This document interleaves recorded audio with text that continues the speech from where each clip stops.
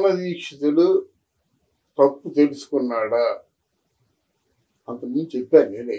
అప్పుడు ఎప్పుడంటే ఆయన వైసీపీ ఉండి జగన్మోహన్ రెడ్డిని ఆ గుడి బయట నాకు జగన్మోహన్ రెడ్డిలో 4 చేతులు 2 కాళ్ళు అంటే శ్రీ మహావిష్ణువే కనిపిస్తున్నాడని ఎప్పుడు ఆత్మ వంచన చేసుకొని చెప్పాడో అప్పుడే నేను వీడియోలో చెప్పాను. అదే తిరుపతి గుడి ముందు జగన్మోహన్ రెడ్డి ఒక క్రైస్తవుడు భార్య లేకుండా దేవుణ్ణి మోసం చేసి లోనికి వెళ్ళిన వాడిని గురించి దేవుడికి ప్రధాన పూజారిగా ఉన్నటువంటి వాడివి అబ్జెక్షన్ తెలపకుండా ఆయనలో నువ్వు వెంకటేశ్వర స్వామి చూస్తున్నావా? ఎంత ఆత్మవంచన చేసుకున్నావు.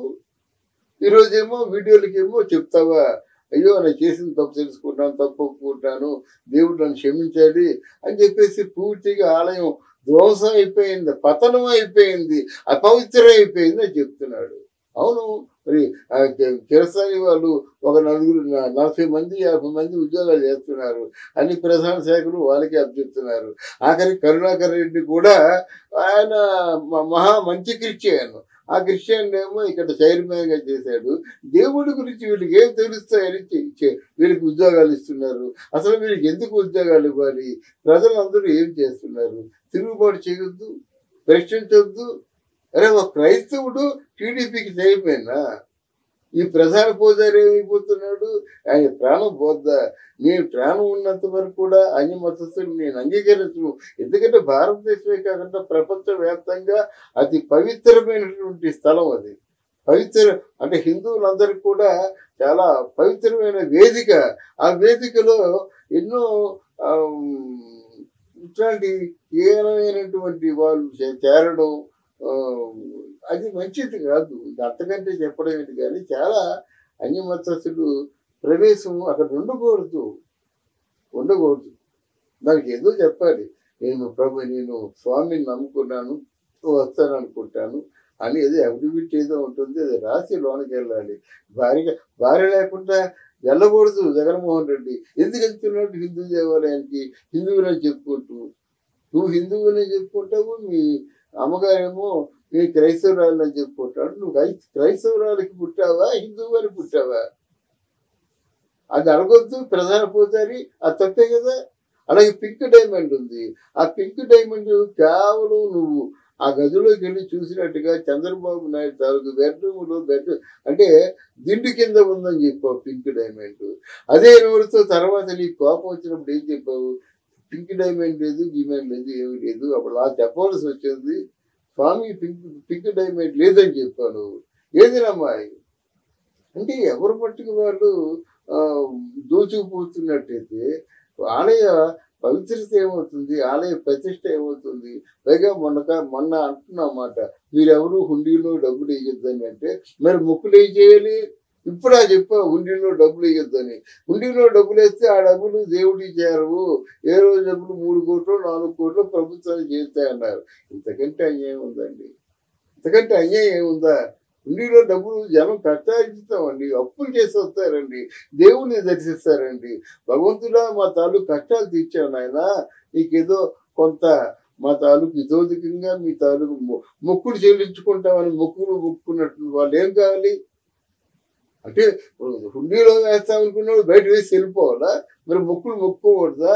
ఆపద మొక్కులు పడిన పేరు ఎందుకు దానికి? ఆపద మొక్కులు పడిన పేరుంటే హుండీలో వేయాలి కదా.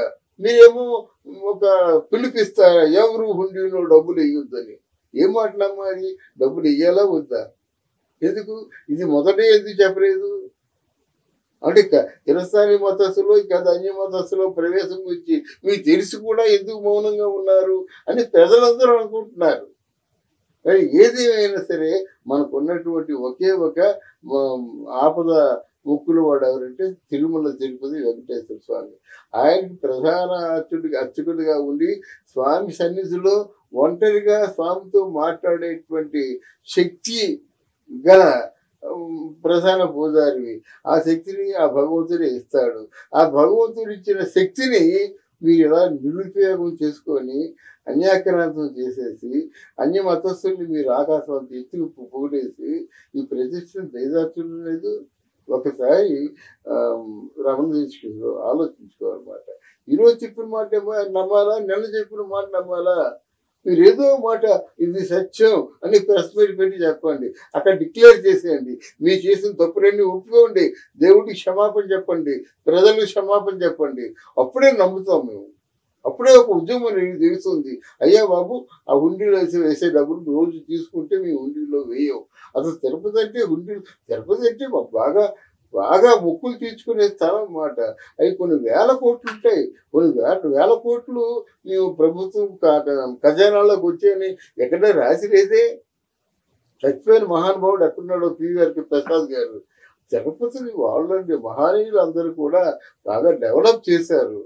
అది మీరు డెవలప్ చేసింది కాదు కదా. ఎంతోమంది బాలాజీ గాని మన మన కళ్ళ ముందు ఉన్న వ్యక్తి ఆయన పివిఆర్‌కే ప్రసాద్. అందువల్ల ఆహ్, ఇంత డెవలప్ చేస్తుందని మీరు చేతులారా పతనం చేయడం అది క్షమార్హం కాదు. దేవుడు క్షమించడు. ఆ పాపానికి పశ్చాత్తాపం ఒకటే సరిపోదు. సరైన శిక్ష అనుభవిస్తారు. అది ప్రధాన పూజారి అయినా, జగన్మోహన్ రెడ్డి అయినా. Thank you.